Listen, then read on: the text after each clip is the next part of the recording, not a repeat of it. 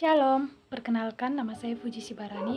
Saya semester 1 grup A, Prodi Pendidikan Agama Kristen dan merupakan mahasiswi di Institut Agama Kristen Negeri Tarutung. Di sini saya ingin menceritakan surat 1, 2, dan 3 Yohanes untuk memenuhi tugas pengantar perjanjian baru dosen pengampu Bapak Dr. Haposan Silalahi MTH. Yang pertama saya ingin membahas surat 1 Yohanes. Penerima dari surat 1 Yohanes ini tidak jelas ditujukan kepada siapa.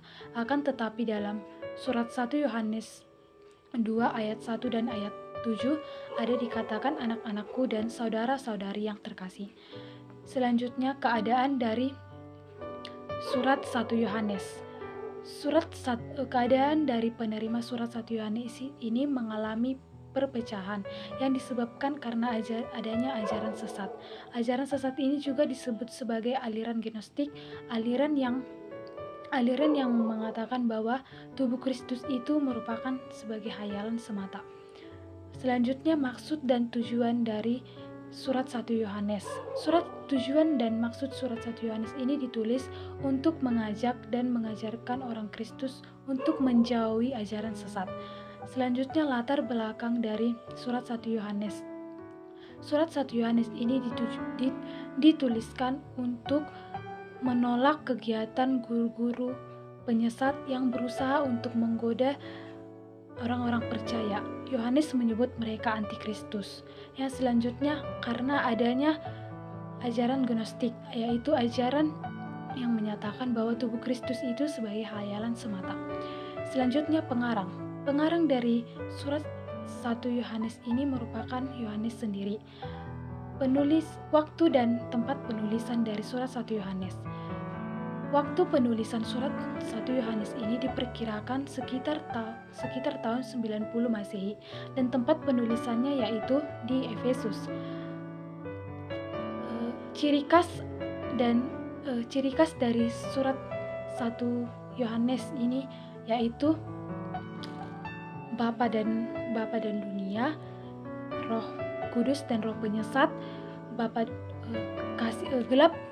gelap dan terang dan lain-lain.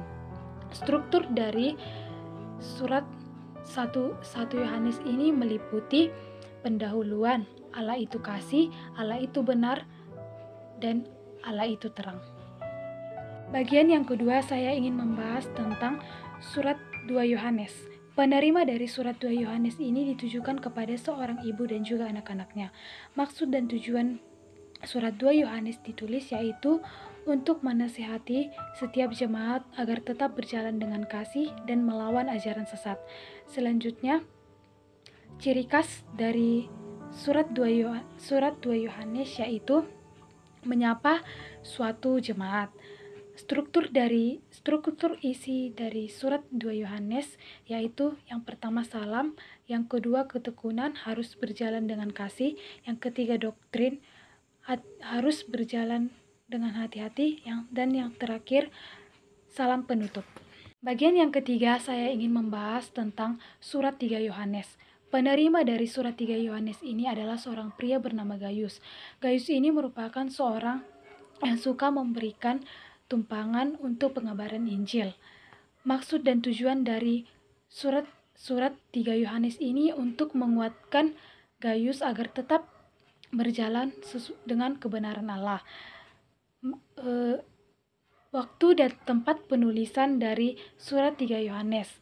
Waktu penulisan surat 3 Yohanes ini diperkirakan sekitar tahun 100 Masehi dan tempat penulisannya yaitu di Efesus. Struktur isi dari surat 3 Yohanes ini meliputi salam dan Gaius yaitu berjalan dengan kasih dan kebenaran. Demikianlah yang bisa saya sampaikan yang bisa saya ceritakan tentang surat 1, 2, dan 3 Yohanes. Jika ada kata-kata atau tutur kata saya tidak sopan atau salah, saya mohon maaf. Atas perhatiannya saya ucapkan terima kasih.